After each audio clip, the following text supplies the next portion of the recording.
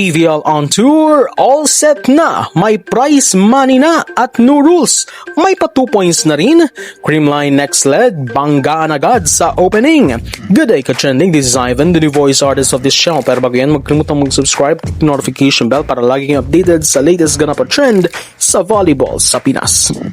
Ang Premier Volleyball League ay muling magdadala ng kasiyahan sa mga fans sa buong bansa habang magsisimula ang 2026 PVL On Tour Showdown nito ngayong Miyerkules, July 8 sa lungsod ng Ilagan, Isabela na magbubukas ng isang 7 hinto na pre-season caravan na idinisenyo upang palakasin ang mga kupunan habang kumukonekta sa mga taga-suporta sa buong bansa.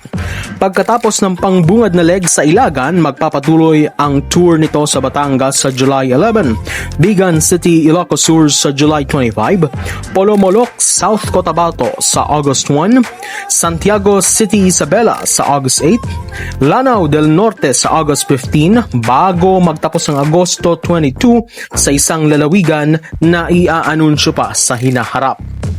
Ang pre-season showcase ay muling magbibigay diin sa pangako ng liga na palawakin ang saklaw nito sa labas ng Metro Manila habang nagbibigay ng makabuluhang kompetisyon sa mga club teams bago ang formal PVL season. The PVL On Tour is our way, together with the teams, of bringing the game closer to our fans during the preseason. It allows supporters from different parts of the country to experience PVL volleyball firsthand, while giving our teams valuable opportunities to build chemistry and prepare for the season ahead. Yan ang pahayag ni PVL Control Committee Chair Sherwin Malonzo. Dagdag pa sa insentibo sa bawat laban na bawat panalo ng koponan sa PVL On Tour Showdown ay makakatanggap sila ng 100,000 pesos habang ang natalong panig ay mag-uwi naman ng 50,000 pesos. Tinitiyak na ang bawat preseason game ay manatiling competitive upang bigyan diin ang pag-unlad ng mga players at mapalawak ang partisipasyon. Nagpakilala ang PVL ng isang mandatory policy sa oras ng paglalaro para sa on-tour na laban. Lahat ng 14 members ng roster ng bawat koponan ay dapat makapaglaro bago matapos ang ikalawang set. At bawat manlalaro ay kinakailangang makilahok sa hindi bababa sa 3 rally bago matapos ang frame. Pagkatapos ng ikalawang set, magkakaroon ng buong kapangyarihan ang mga coaches sa kanilang mga lineup habang mananatili ang mga binagong patakaran sa pagpapalit o switching ng players.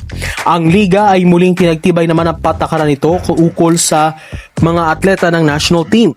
Ang mga players na opisyal na bahagi ng delegasyon ng pambansang koponan ng Pilipinas para sa iba't ibang international tournaments o yaong aktibo na kasali sa mga opisyal na aktibidad ng national team ay hindi ipapayagang maglaro sa mga PVL On Tour Games. Ang mga miyembro ng pambansang koponan na maaaring lumahok lamang kung hindi sila makasama sa opisyal na delegasyon at walang nakalaktang mga obligasyon sa national team. Ang pagdaragdag ng higit pang kasiyahan sa preseason ngayong taon ay ang tinatawag na Premier Ball, isang espesyal na 2-point rally na inisenyo upang magdagdag ng strategic drama sa mga laban na ipinakilala noong All-Star Games. Ibig sabihin, 2 points ang worth ng isang Premier Ball sa bawat rally. Ang kapitan ng laro ng team o ng serving team ay maaaring humiling ng pag-activate ng Premier Ball na naguutos na ang regular na volleyball ay mapalitan ng isang itinalagang special na kulay na bola. Ang koponang mananalo sa kasunod na rally ay makakakuha ng 2 points sa halip na ang pangkaraniwang 1 point. Bawat koponan ay pinapayagang i-activate ang Premier Ball isang beses lamang sa bawat set. Upang maiwasan ang mga hindi kapanapanabik na pagtatapos, gayunpaman, naglagay ang liga ng mga paghihigpit sa paggamit nito. Ang Premier Ball ay hindi maaaring gamitin upang manalo ng set. Sa sets 1 hanggang 4, maaari lamang itong gamitin hanggang umabot sa alinmang koponan sa 22 points. Habang sa deciding 5th set, maaari lamang itong gamitin hanggang umabot ang alinmang panig sa 12 points. Ang Zeus Coffee at Akari ang magbubukas ng preseason tour sa Ilagan sa Miyerkules, 4 p.m. kasunod ng main event na Creamline Next Led, 6:30 ng gabi. For today's mga ka-trending, don't forget to subscribe and click the notification bell para laging updated sa latest ganap at trends sa volleyball sa Pinas.